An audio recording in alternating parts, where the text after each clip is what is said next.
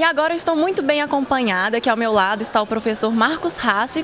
E o nosso assunto de hoje representa um marco na história de inúmeros fiéis e também da Igreja Católica. Nós vamos falar da renúncia do Papa Bento XVI e também da posse do novo Papa, o primeiro latino-americano, o Papa Francisco. Então, Marcos, muito se especulou a respeito da renúncia do Papa Bento XVI, né? Ele mesmo alegou que ele renunciou porque não daria conta de cumprir com todos os compromissos do cargo dele.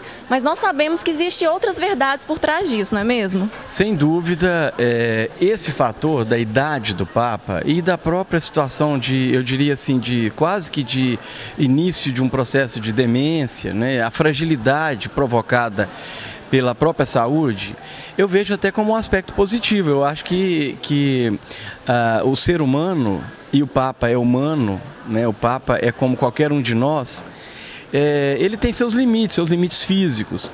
Essa é uma questão. Então, nesse sentido, eu acho que ele está deixando até um legado interessante para a Igreja, para a história da Igreja. Agora, sem dúvida, a Igreja, sobretudo no mundo contemporâneo, no século XXI, ela vive uma série de problemas. E problemas que vêm se alongando aí há mais de 50 ou 100 anos. E, a meu ver, a Igreja tem que debruçar sobre esses problemas. E esses problemas agora estão colocados nas mãos do novo Papa, do Papa Francisco.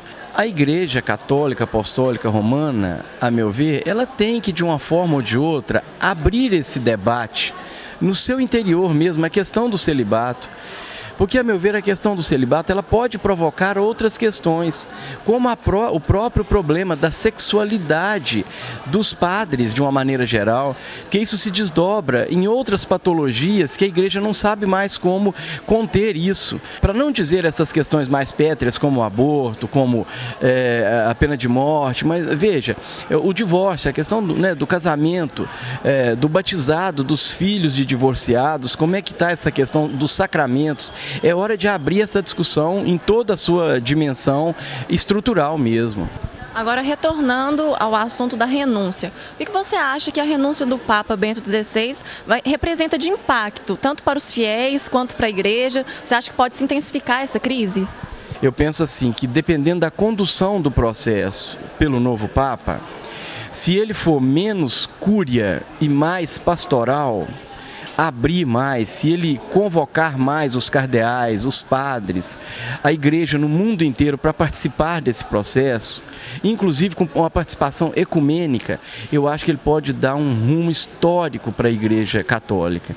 Agora, se ele tentar se fechar, como foi, aliás, os dois últimos papas, tanto o Ratzinger como mesmo o Karol Wojtyła, apesar do carisma do João Paulo II, eles tiveram uma formação muito fechada na cúria romana. O Papa Francisco ele já sinalizou diferente, isso eu acho que é positivo. Ele quebra protocolo, ele não quer ir no carro oficial, ele vai no ônibus que leva os demais cardeais.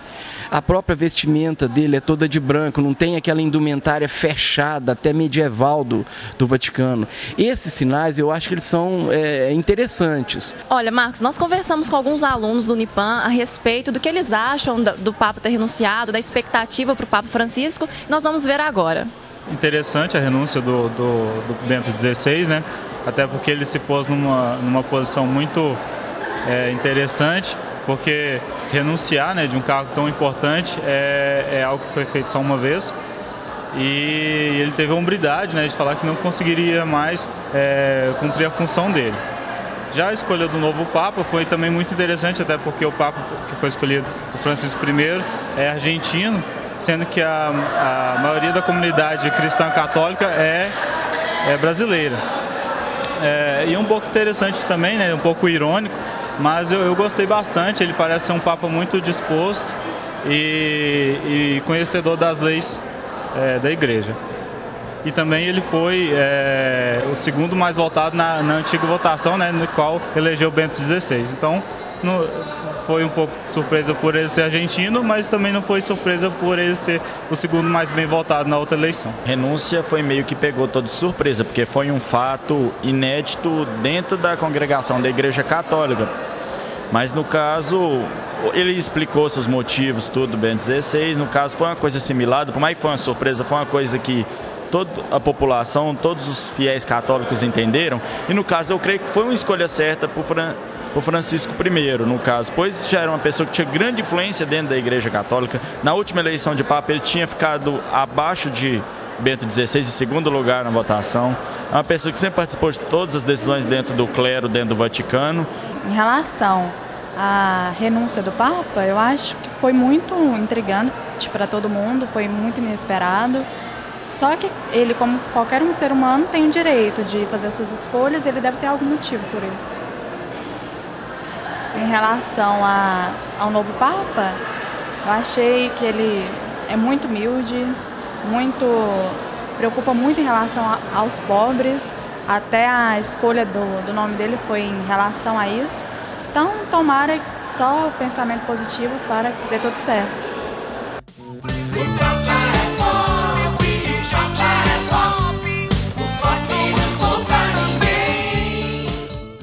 Cada um tem sua opinião, né? O que nos resta fazer agora é, como o próprio Papa disse no seu primeiro discurso após o conclave, vamos rezar por ele, né, Marcos Hassi? Vamos rezar pelo Papa.